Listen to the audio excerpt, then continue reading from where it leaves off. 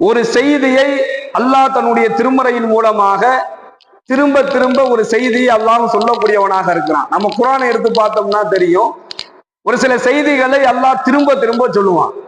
அந்த திரும்ப திரும்ப அந்த செய்திகளை சொல்லப்படுவதனுடைய நோக்கம் என்ன அப்படின்னு சொன்னா, அந்த செய்தி தன்னுடைய அடியார்களுடைய உள்ளத்துல ஒண்ணு பதிஞ்சிடணும்.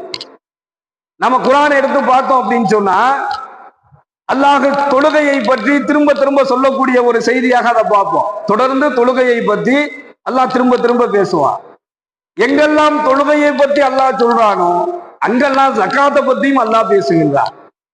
அதே போன்று இன்னும் சில இடங்கள்ல நம்ம பார்த்தோம் அப்படின்னு சொன்னா, தன்னுடைய வேதனை கடுமையானதாக இருக்கும் என்பதை அல்லாஹ் திரும்ப திரும்ப சொல்லுவான். என்னுடைய வேதனை ரொம்ப கடுமையானதாக இருக்கும், எனவே நீங்க என்ன செய்யுங்க, எச்சரிக்கையாக இருந்துக்குங்க என்பதாக தன்னுடைய திருமறையில திரும்ப திரும்ப அல்லாஹ் சொல்லக்கூடிய வார்த்தைகள்.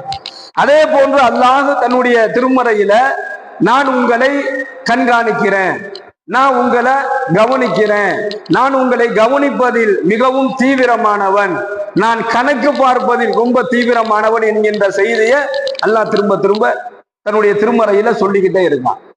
இந்த செய்திகளை எல்லாம் அல்லாஹ் திரும்ப திரும்ப சொல்வதனுடைய நோக்கம் என்ன அப்படின்னு சொன்னா, சும்மா தலீனு ஜுலூதகும் குலூபுகும் இலாதிக்கிறில்லா, தங்களுடைய ஜுலூதுல்லதீன யஹ்ஷௌன ரப்பஹும், முதல்ல தங்களுடைய ரப்பை அவர்கள் பயப்படணும். ஏன் இதை அல்லாஹ் திரும்ப திரும்ப சொல்றான்? நான் உங்களை கண்காணிக்கிறேன், நான் உங்களை தீவிரமாக கண்காணிக்கிறேன், நான் உங்களிடத்துல கணக்கு கேட்பேன், நான் உங்களை பாராமுகமாக விற்ற மாட்டேன் என்பதாகலாம் திரும்ப திரும்ப திருமறையின் மூலமாக அல்லாஹ் சொல்வதனுடைய நோக்கம் ஜுலூதுல்லதீன யஹ்ஷௌன ரப்பஹும், ஒன்னு தங்களுடைய ரப்பை அவர்கள் பயப்படணும்.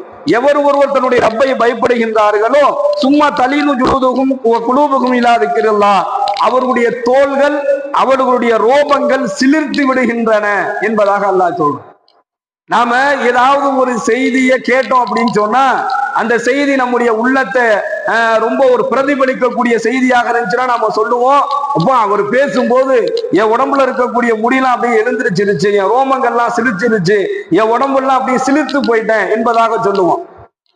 அப்போ ஒவ்வொரு இறைவனுடைய திருவசனங்களில், அதிலும் குறிப்பாக அல்லாஹ்வினுடைய எச்சரிக்கையான செய்திகள் ஓதப்படும் பொழுது அவருடைய ரோமங்கள் சிலிர்த்து விடும்.